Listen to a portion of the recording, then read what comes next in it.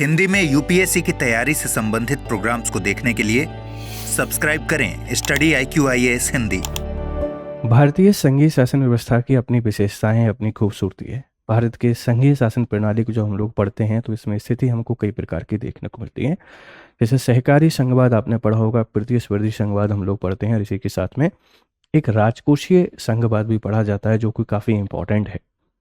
पूरी संघीय शासन प्रणाली में अगर बैकबोन के तौर पर कोई काम करता है तो वह राजकोषीय संघवाद है। इस राजकोषीय संघवाद को बेहतर तरीके से बनाए रखने के लिए, बेहतर तरीके से चलाने के लिए भारत के संविधान के अनुच्छेद 280 में एक वित्त आयोग के गठन का प्रावधान किया गया है कि भारत के राष्ट्रपति हर 5 साल में एक वित्त आयोग का गठन करेंगे और इसकी सिफारिशों के आधार पर जो कर हैं, इन करों का वितरण किस तरीके से संघ और राज्य के बीच में रहेगा, ये तय किया जाएगा। इसी के साथ में करों को लेकर जो भी परिवर्तन करने हैं, कर लगाने हैं, हटाने हैं, भारत सरकार को वित्तीय जानकारी, वित्तीय सहायता, राष्ट्रपति को कोई वित्तीय सहायता, ये सारे के सारे काम कौन करता है? भारत का वित्त आयोग करता है। इसके गठन का प्रावधान 280 में किया गया है। तो भारतीय संघवाद को बेहतर तरीके से चलाने के लिए हर 5 साल में एक वित्त आयोग बनता है। अभी जो 16 फाइनेंस कमीशन है, 16 फाइनेंस कमीशन की जो सिफारिशें हैं, इनको एक्सेप्ट कर लिया गया है। इन्होंने कर हस्तांतरण, जो कर का डिस्ट्रीब्यूशन है, इसको लेके इंपॉर्टेंट रिकमेंडेशन दी है। और साथ में जो साउथ इंडिया है, दक्षिण भारत है, इस दक्षिण भारत के उदय की कहानी हमको यहाँ पे देखने को मिलती है।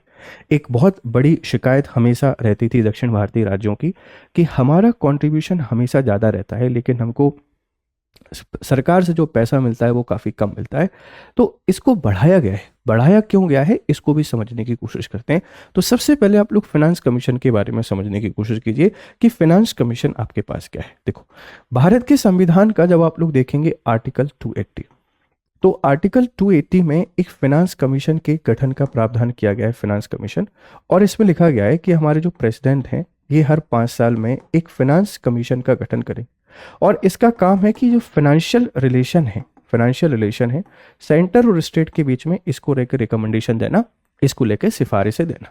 हालांकि इसकी सिफारिशें बाध्यकारी नहीं होती हैं, डिपेंड करता है सरकार को मानना है नहीं मानना है, लेकिन फिर भी हर 5 साल में इसका गठन किया जाता है। अभी जो हमारा फाइनेंस कमीशन चल रहा है बेटा, ये 16th फाइनेंस कमीशन है। अभी जो रिकमेंडेशन दी गई हैं ये 16th फाइनेंस कमीशन के द्वारा दी गई हैं और जिसके जो चेयरमैन थे वह अरविंद पनगड़िया थे। कौन थे? अरविंद पनगड़िया, ध्यान रखिएगा। इसके अलावा 4 मेंबर और इसमें होते हैं, और चारों अलग अलग क्षेत्रों से आते हैं। जैसे एक हमारी जुडिशरी से आते हैं, जुडिशरी से, एक भारत की अकाउंट सर्विसेज से, एक पब्लिक सर्विसेज से और एक इकोनॉमी की फील्ड से आते हैं। इन सभी के द्वारा मिलकर फाइनेंस कमीशन का काम यहाँ पे किया जाता है। जो 16th फाइनेंस कमीशन है बेटा, इसका गठन किया गया था कब? इसका गठन किया गया था 2023 में, 31 दिसंबर 2023 को इसका गठन किया गया था।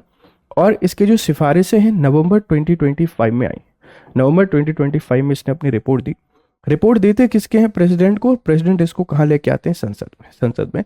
और 1 फरवरी 2026 को संसद में रखा गया।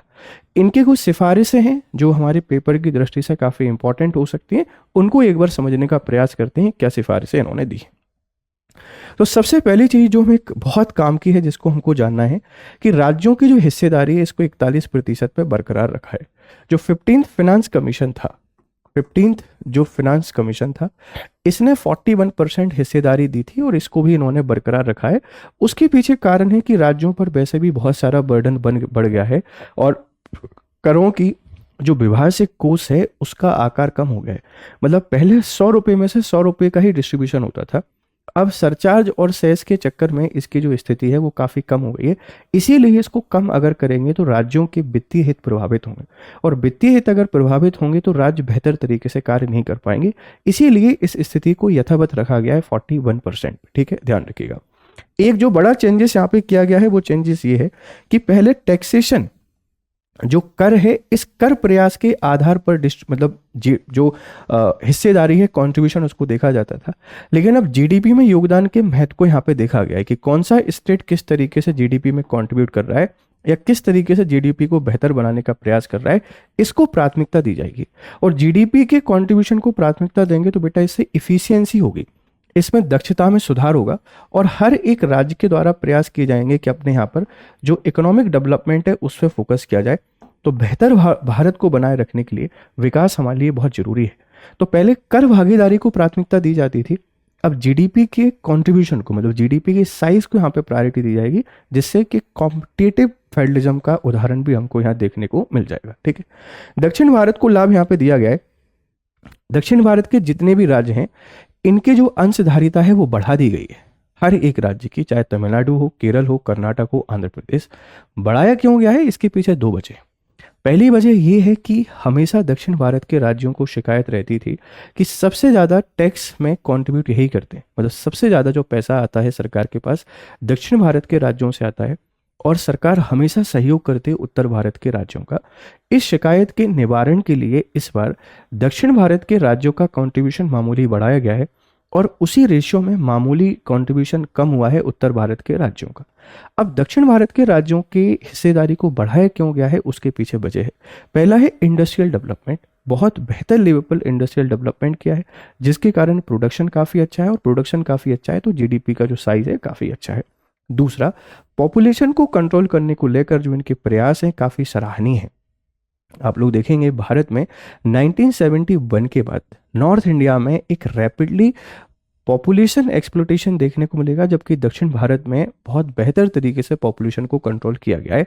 मतलब कहीं ना कहीं ये बात हमको समझ में आती है कि अगर बेहतर पॉलिसी मेकिंग की जाए, बेहतर पॉलिसी को इम्प्लीमेंट किया जाए, एजुकेशन और सोशल डेवलपमेंट पे फोकस किया जाए, तो पॉपुलेशन को कंट्रोल किया जा सकता है। और पॉपुलेशन को अगर हमने एक बार कंट्रोल कर लिया तो इस देश की 90% से ज़्यादा जो प्रॉब्लम है उन सभी प्रॉब्लम के सॉल्यूशन हमको मिल जाएंगे, इस बात को ध्यान रखिएगा। तो इसीलिए रिवॉर्ड के तौर पर उनकी हिस्सेदारी को थोड़ा बढ़ा दिया है। इसका फायदा क्या होगा कि उत्तर भारत के राज्यों को एक कंपटीशन करने का मौका मिलेगा, एक इंस्पिरेशन मिलेगी कि हम भी अगर बेहतर काम करेंगे तो कल हमारी हिस्सेदारी भी इसमें बढ़ सकती है।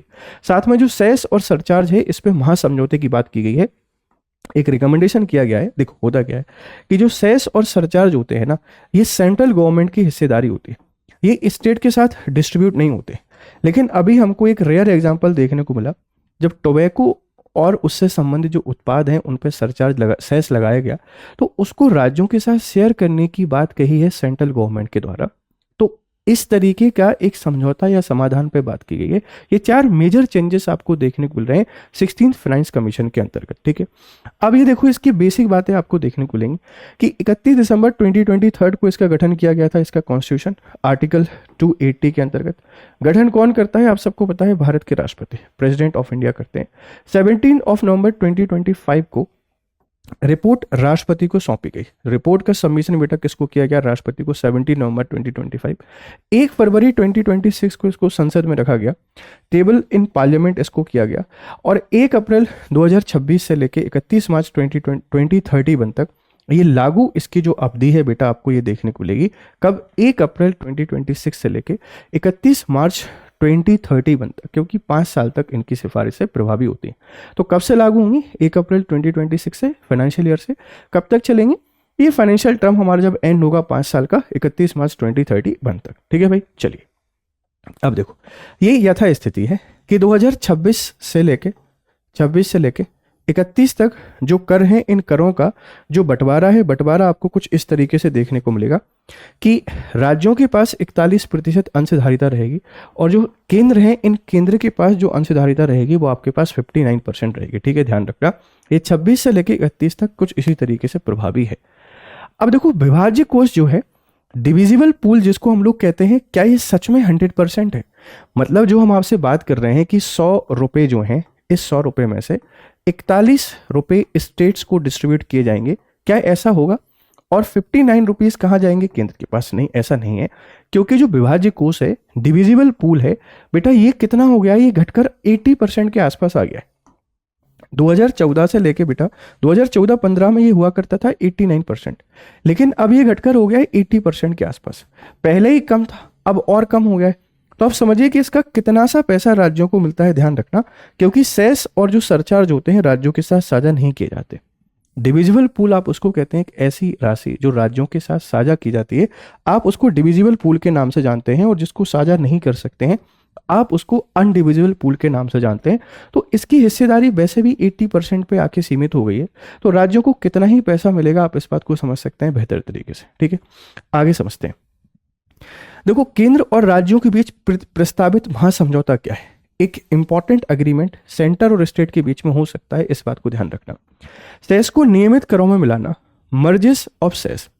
केंद्र सरकार अगर ऐसा कर दे कि जो सेस लगाए जाते हैं इनको नियमित करों में मिला दे, तो जो विभाज्य कोष है बेटा, इस विभाज्य कोष का आकार बढ़ जाएगा और हिस्सेदारी प्रतिशत में कमी, लोअर शेयर।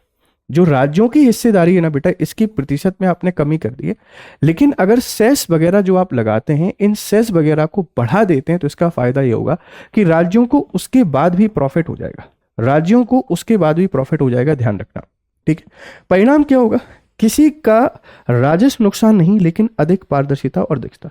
इससे केंद्र को भी कोई लॉस नहीं होगा और राज्यों को भी एक ट्रांसपेरेंसी के साथ सिस्टम यहाँ पे मिल जाएगा, इस बात को ध्यान रखना। ये कई सारे फायदे इसके यहाँ पर हो सकते हैं। अब वितरण का नया फॉर्मूला देखो बेटा क्या है। 16वें वित्त आयोग ने ये सारी रिकमेंडेशन आपके पास दी हैं, इस बात को ध्यान रख लीजिएगा कि आय का अंतर कितना है, 42.5। पहले बेटा कितना होता था, 45%। जनसांख्यिकी प्रदर्शन डेमोग्राफिक प्रॉफिट की बात करें 12.5 से 10% पे आ गया। क्षेत्रफल 15% से 10% पे आ गया। ये कुछ इनकी रिकमेंडेशन है, आप इन थोड़ी सी बातों को ध्यान रख लीजिएगा, ठीक है। अब नया मानक जीडीपी में योगदान 10% बाहर, ठीक है। GDP contribution 10%।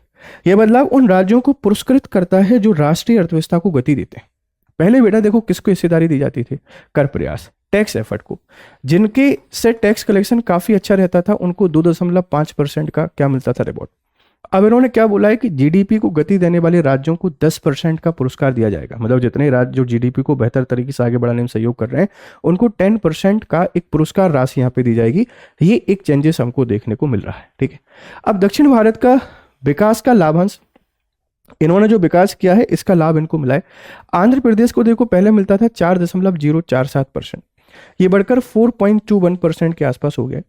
कर्नाटक की हिस्सेदारी पहले 3.64% हुआ करती थी, 4.131% के आसपास हो गई है। तमिलनाडु 4.079 से 4.097 है ना, इसको भी बदल दिया है। केरल को पहले 1.925% मिलता था, अब 2.382%, और तेलंगाना को 2.10% से 2.174% के आसपास। तो ढेर सारे परिवर्तन, ढेर सारे चेंजेस। दक्षिण भारत के राज्यों ने जो काफी अच्छा काम किया है, ये सारे के सारे अच्छे काम को लेकर इनको रिवॉर्ड दिया गया है। किसकी हिस्सेदारी किस प्रतिशत से बढ़ी है, आप इसको याद रख लीजिएगा, क्योंकि यहां से क्वेश्चन बन सकता है हमारे पेपर में। उत्तर भारत हिस्सेदारी में मामूली गिरावट, अधिक जनसंख्या और आय के अंतर के कारण कुल राशि अब भी सर्वाधिक है, लेकिन हिस्सेदारी प्रतिशत में कमी आई है। देखो पॉपुलेशन यहाँ पे बहुत ज्यादा है, इसी के साथ में इनकम लेवल में डिफरेंस काफी ज्यादा है, तो अभी भी हिस्सेदारी बेटा देखो यहीं पर ज्यादा है। उत्तर प्रदेश को 17.93% की हिस्सेदारी हुआ करती थी, अब घटकर 17.619% हो गई। डिक्लाइन की है, लेकिन अभी भी मैक्सिमम शेयर तो यूपी के पास ही है ना, आप इस बात को समझ सकते हैं बेहतर तरीके से। बिहार जो है ये 10.505% से 9.94%। डिक्लाइन क्या है, लेकिन अभी भी इन्हीं के पास ज्यादा है। दिक्कत क्या है, क्योंकि यहाँ पॉपुलेशन बहुत ज्यादा है, रिसोर्सेज बहुत लिमिटेड है, इसीलिए सरकार को ज्यादा फंड देना पड़ता है, सरकार को ज्यादा सपोर्ट करना पड़ता है। भारत का बदलता वित्तीय मानचित्र ये हमको बताता है कि हिस्सेदारी बड़ी है। ये सारे के सारे जो राज्य हैं इनकी हिस्सेदारी बड़ी है, और ये जो राज्य हमको दिखाई दे रहे हैं इनकी हिस्सेदारी धीरे धीरे आपके पास घट रही है। और अब धीरे धीरे ये मानचित्र बदलेगा, क्योंकि अगर आप पॉपुलेशन कंट्रोल पे ध्यान नहीं देंगे तो ये देश के लिए एक बहुत बड़ी समस्या है। और सेंट्रल इंडिया के जो स्टेट हैं इनके साथ दिक्कत है ओवर पॉपुलेशन। आप अगर इंडस्ट्रियल ग्रोथ को प्रायोरिटी नहीं देंगे तो फिर ये दिक्कत है और ये देश के लिए बाधा है। इसीलिए अब इस स्थिति को हमको यहाँ पे बदलना पड़ेगा। वित्त आयोग अनुदान 1.4 लाख करोड़ के अनुदान की बात इन्होंने की है कि फाइनेंशियल ईयर 2026-27 के लिए ये इतने प्रावधान कर सकते हैं। ग्रामीण और शहरी स्थानीय निकायों के लिए आप ग्रांट दे सकते हैं।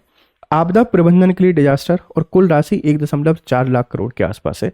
ग्रांट की बात की गई है कि शहरी और स्थानीय विकास के लिए ग्रांट दीजिए, डिजास्टर मैनेजमेंट के लिए राज्यों के लिए ग्रांट दीजिए, और इसका साइज 1.4 लाख करोड़ के आसपास रखा गया है, जिससे कि इन समस्याओं का बेहतर तरीके से समाधान हो सके।